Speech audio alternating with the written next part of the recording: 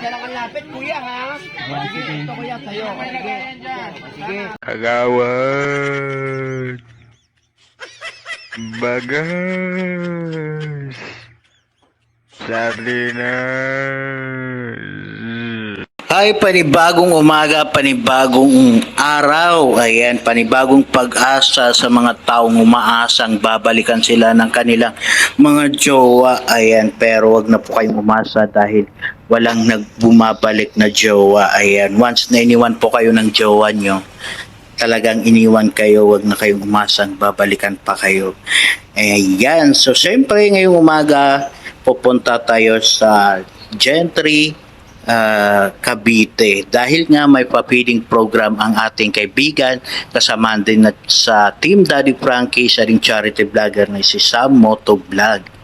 Ayan, at syempre tayo din naman bilang kaibigan, bilang katindi ni Daddy Frankie, ayan, ay pupunta po tayo bilang pagsuporta. So habang papunta po kami sa Gentry, nagkaligaw-ligaw kami. Naabot pa kami ng Dasmariñas. So nabigla ako kasi napasok kami sa isang subdivision. Sabi ko, bakit dito magdadaos ng feeding program? Malalaki yung mga bahay dito. Yun pala, dahil nga naligaw kami. Iba yung tinuro sa amin ni Google. Kaya minsan wag tayong magtitiwala kay Google kasi minsan nililigaw talaga niya tayo. Ayan, parang kaibigan mo lang din yan na minsan talagang nililigaw ka ng landas. Kaya dapat mapili po tayo sa mga kaibigan na sinasamahan po natin. Kasi hindi natin alam kung saan niya tayo dadalhin. Ayan. So, dahil nga nagkaligaw-ligaw kami, ay naisipan kong bumalik na lang kami dahil nga alas 11 na, halos mag-alas 11 na pala. Then, ang usapan, alas 10 magsisimula ang feeding program.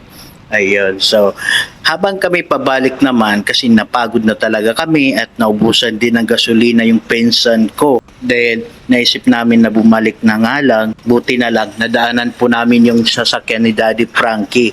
Kaya maganda rin yung sasakyan ni Daddy Frankie kasi madaling makilala kasi may sticker sa likod. Nakasulat doon Daddy Frankie Vlog. So ayun, na-stop kami doon, tapos tinawagan ko yung isang kasamaan po namin na si KJ27 at yun, nakasagot naman siya at lumabas siya. Yun pala, yung pinag-anuhan ng feeding program ay medyo papasok kaya hindi siya makikita sa kalsada. So nakarating na ako dito sa feeding program pero late na pala ako talaga kasi nakita ko nagpapag-games na sila. Ayan, nakita nyo naman, nandun na sila sa may banda roon at ako'y nakikinood muna dito at kausap din si Rest Moto Vlog, isa din po yan sa kasamaan po namin na Team Daddy Frankie. Ayan, supportan nyo rin po Rest Moto Vlog.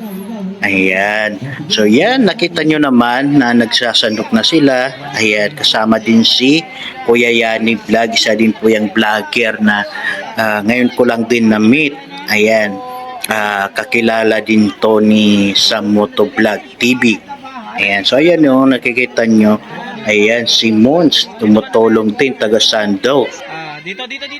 Andyan din si Boss JB, si Rest Moto Vlog, si KG27 na tumutulong din po sa pag-alalay sa mga bata. Dito na, daan. Hindi po. Dito na, daan, be. Dito. Yan, doon na, be, doon na. Be, dito.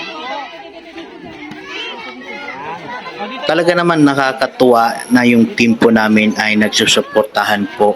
Kung ano po kung may event po ang isa sa members po namin ay talagang pinupuntahan po namin o bilang pagsuporta, di ba? Nakakatuwa yan. At syempre pinangunan pa rin talaga ni Daddy Frankie. So, yun. Tuwa-tuwa naman yung mga bata dito. Ikaw ba naman ang may pa-sisto, may lugaw. Nakakatuwa, no, kasi yung mga bata ay talaga naman na pag mga ganitong mga pa-feeding program ay tuwang-tuwa po yung mga bata. Lalo na yung mga bata na nasa laylayan ng komunidad or yan. So, hindi lang po kasi araw-araw nakakakain sila ng mga lugaw or nakakainom ng mga inumin.